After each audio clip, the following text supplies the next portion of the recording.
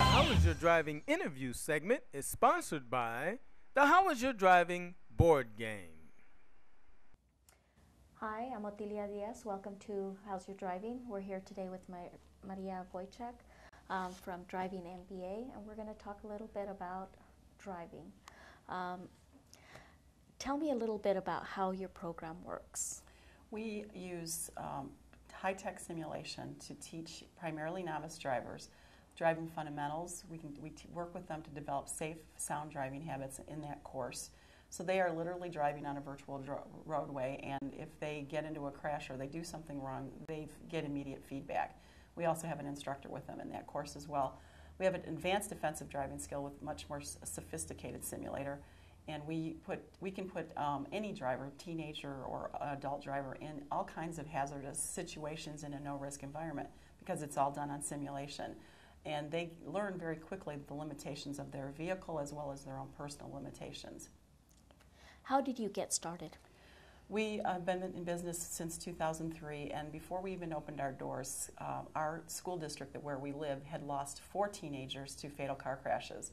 By the time we opened our doors several months later, within a 2-year period, we lost 9 students in that school district to fatal car crashes. So my husband, who has an information technology background, started looking at what are we doing in terms of driver's education here in the state of Arizona. There have been several really high-profile collisions that have occurred in the Phoenix area where a number of teenagers were hurt or killed.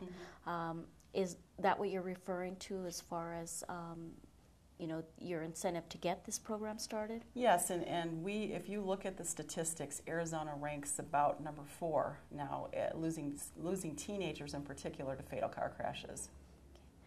And what are some of the things that you see that are the primary causes for these types of accidents? We believe, and the reason we opened the business, is that that novice drivers are simply not prepared for today's vehicles that are much more powerful than when you and I learned how to drive. Think about it. You and I would drive, when we learned how to drive, if we started going 65, 70 miles an hour, what were you were hearing wind noise, you were getting a shake, rattling, rolling kind of effect. These kids aren't getting that. You can do 30, you can do 80. The vehicle's giving you no sensory feedback. And look at the roadways we're driving on. A left-hand turn lane can have anywhere between 7 to 9 lanes that a person has to pay attention to. Things are different. Okay. What about cell phone use? Absolutely not. Novice drivers, experienced drivers, we should not be using cell phones while we're driving. It takes away from the focus of driving.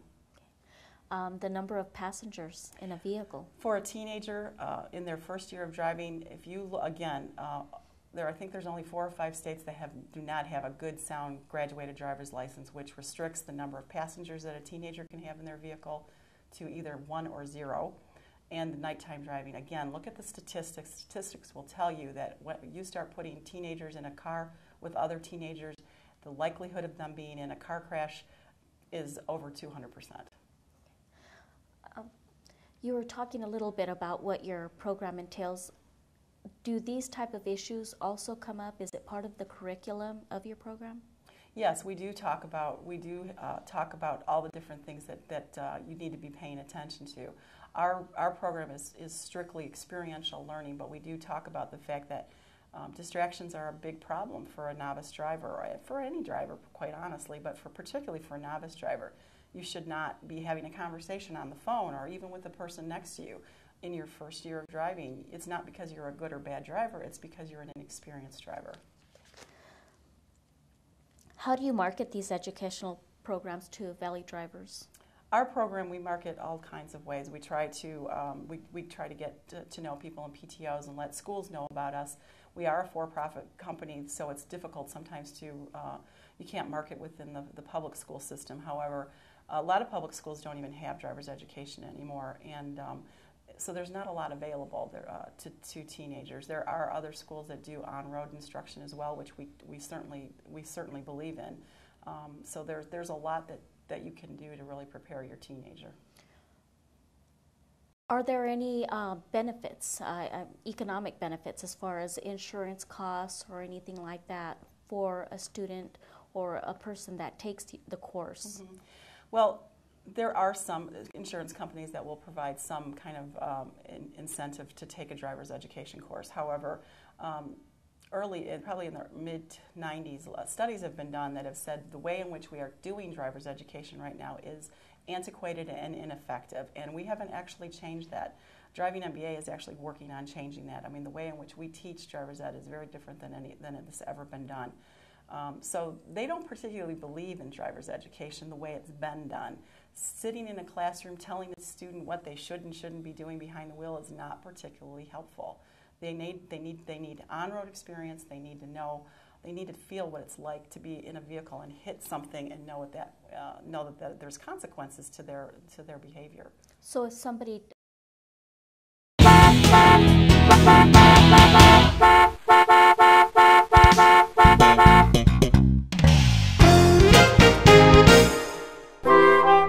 one traffic injury every 25.6 minutes.